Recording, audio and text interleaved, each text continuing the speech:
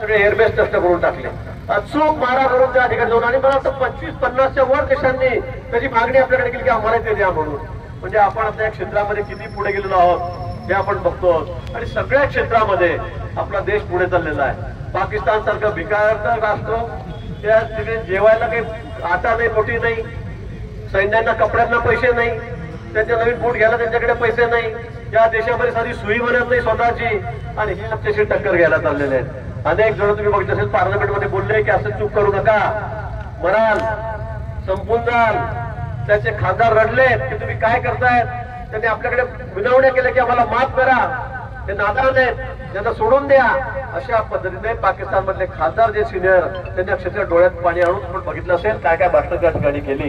पण जे अतिरेकी आहेत, ऐसा आहे पाकिस्तान मधले काही लोक असे की त्यांना फक्त कुरघोड्या काढायच्या आहेत, त्यातच त्यांचं अस्तित्व आहे, आणि म्हणून त्यांनी हा प्रकार केला. पण त्याचं चोख उत्तर आमच्या जवानांनी या ठिकाणी दिलं आणि त्यांना सळो की पळो केलं. आज पाकिस्तानची अवस्था वाईट आहे. बलुचिस्तान मध्ये बघा आज काय चाललेलं आहे. अगदी तुकडे तुकडे होतील. वर्षभरामध्ये तुम्ही बघा पाकिस्तानची काय अवस्था होणार.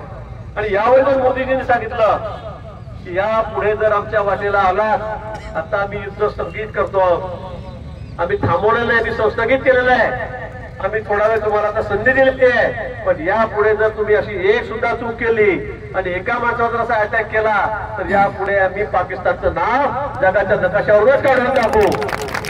अशा प्रकारे